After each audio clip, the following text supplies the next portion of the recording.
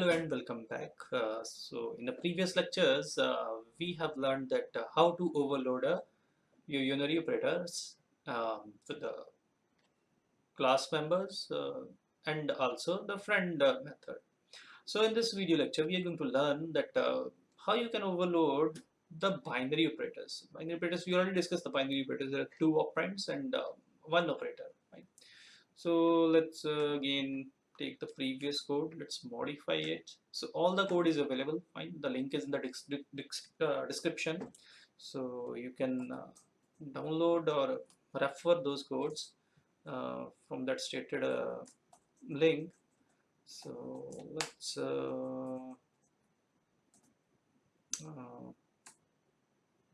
Let's start with the scratch. Just I need just a program structure. Okay.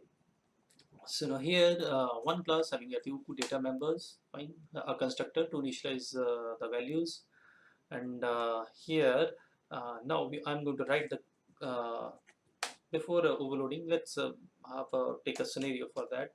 A is having an object, two objects. Let's suppose K and L and M. Fine, three objects are there. Uh, Now what I want to do, okay, let's write like L plus M. Okay, so here I use a binary plus. Let's execute this. Okay, so it's now binary operator overloading. Okay, we are expecting that, fine. So because we hadn't defined any method for the binary plus. So now let's describe define about this operator. Now this is the plus, and now here is the code. So if I'm going to write this, so this is the code for the unary plus, but this time I want this thing to act as a plus. Okay, let's do it for the minus first, so that you can relate with the previous video example. So let's take this minus, and now you can see that you are already familiar with this. Only difference was that initially we have used a void operator and minus, and this was you have used in a unary negative sign. Fine, it's the same syntax. But now this time I want this to behave as a binary operator. Fine. So for having a binary 2, fine, it means the first thing it is going to consider for the current object, and second is the parameter. And we already discussed about the backend calling. Fine. So like backend calling format. So it would be like instead of this, it would be like now L dot operator minus and passing a parameter M to it. Fine. So your backend calling mechanism is like this. Fine. This. Okay. So now let's see that what should be here. So here is a M is a object. So here I should declare the object a x, just like we did in a friend function. But look, it's a unary. Fine, unary. It means no argument in a member function. If it is a binary and a member function, then it's having a one argument. So let's do some summary over here. If it is a operator overloading using methods or a member function, fine. For that, for the unary operator overloading, it's no argument, fine. And if it was binary operator overloading, in this we are having a one argument.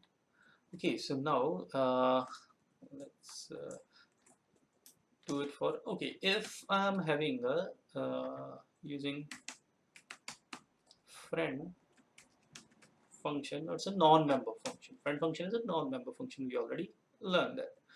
Okay, so now if it is a unary, we will have one argument, and for a binary we will require two arguments. In the next video we are going to learn that how to overload your binary operator using a friend function also.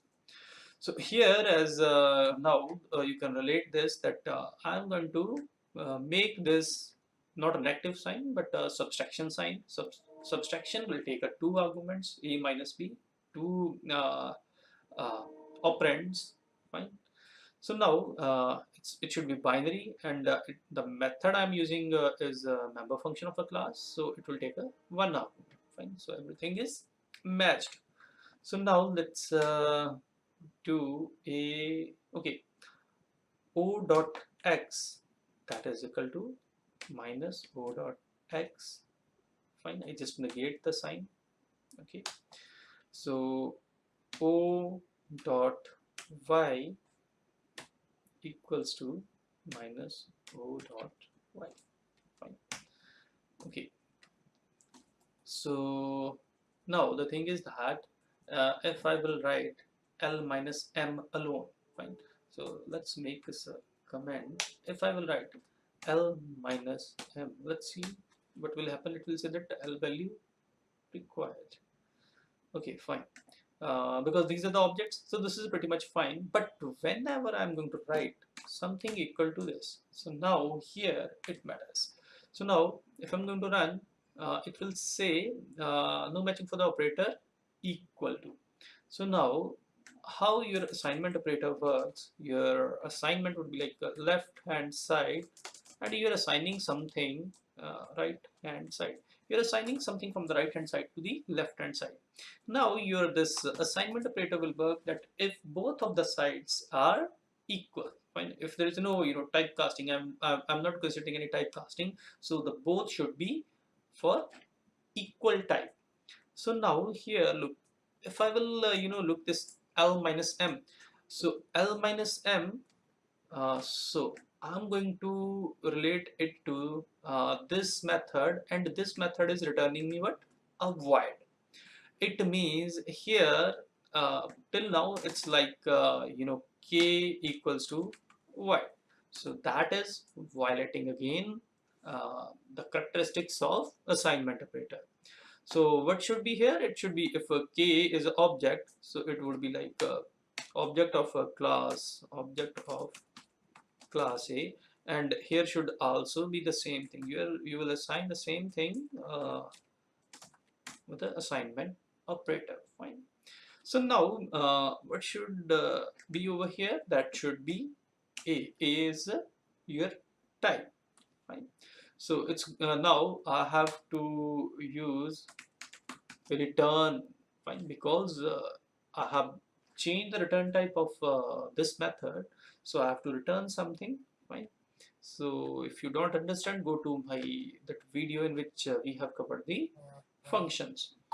Okay, so here return O. Okay, here I put a little bit mistake, so here shouldn't be O. Okay, I will let you know why is it so. Okay, so now here, okay, here it would be like k equals to this one. So here L, I'm calling this with respect to the L. So here by default this method whole method belongs to which object? So that is L. So it means if I'm talking about this X, okay, if I'm talking about this X, that would be related to this L, this one L, X version of L. So like here L is calling that operator, so these X and Y belongs to my L, and where this these two variables x and y that belongs to the O, that is a parameter, so that belongs to the M. Fine. So M is passed over here and all this thing is happening in the function. Fine.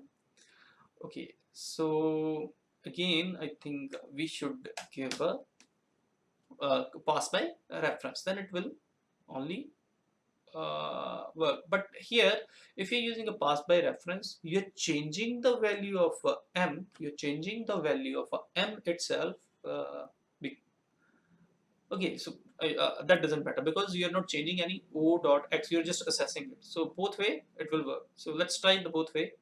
Okay, for that, okay, let's see the effect. So K is my uh, having some changing in the value. So okay, so I just delete that show method. So void show, let's see what is in the my third object after all the calculations. So cout x equals to my x and my phi equals to uh, y. Okay, so now with the k, I'm going to call my show method. Okay, initially x is 0, y is 10. So here I'm going to take a negative sign, means differentiating between two objects. Okay, so it should be 0, y it should be 10. Okay, let's see that y it should be 10. Uh, k k l. Okay, l minus m, l minus l. Okay, l minus m. Okay, so let's see that why that happened. Let's see the mechanism. Okay, so controller T, something happened with my magnifier. Okay, some overriding issue. So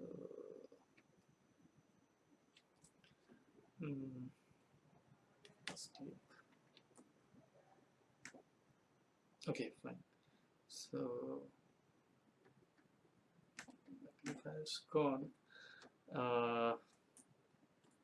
Okay, now let's see what is happening over here. Let's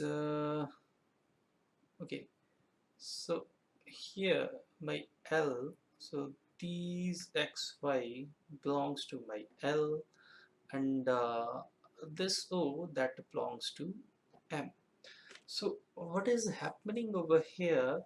So I pass the reference of this M and here the negative of x and y, and that is affecting to the L, and I am returning what? I am returning this O, this O to A, which is means that K is having the same effect as a O. But we have observed that O hasn't been changed. I have used a sign with the O so that I can make a X negative. Okay, so that's why only the value of L is changed. So it means we have used all this logic wrong. So let's try to correct this. Okay, so here what I'm going to do, I'm going to take a uh, again a new object of take a temp, fine, and here I want to take a difference of these two, L minus M. So what I'm going to do, temp dot uh, x, that is equal to the current, L is the current object, so that is x minus o dot x. If you hadn't got it, don't worry, I'm going to explain it. Okay, so that would be phi minus o dot y. So now we got the difference between two objects, and that is saved in a temp object. So instead of returning any other object, I'm going to return the object which is having our result. Okay, so as promised, okay, so now okay, sorry. Okay, so this m goes here, and this L is representing these x and y. Fine, that can also be written, I'm talking about these x and y, that can also be written as this, like this is x, this you can use this pointer for that. But if you're not using this pointer, by default it is x and y is having a this pointer that is supplied by the compiler. And now this temp is returned as a result. This is a temporary object I have created. So now this function is going to return the control with the a, and that is assigned to the k. So now we got the difference between the two objects, and that is going to assign to the object at the left hand side. Okay, so let's try to run this program, and let's see that. Okay, so now this time I'm having a 0 0. So 0 minus 0 0, 10 minus 0, again 0. So this was about our binary operators. So similarly you can use some of the another operators also, like if I want to do let's take this time a multiplication. Okay, so only you have to change the sign over here. Fine. So now even the multiplication is possible. So now let's put a multiplication sign here. 0 into 0, 100, 10 into 10, 100. So I'm expecting 0 and 100. Okay, voila, we are done. So this was all about how to use a operator overloading on a binary operators. Fine. So in next video example, we going to take some practical example that how we can use these operator overloading in our user defined data time in some practical scenario. Okay, thanks for watching, and keep tuned to my this video lecture series so that we will update it with the newer topics. Thanks for watching.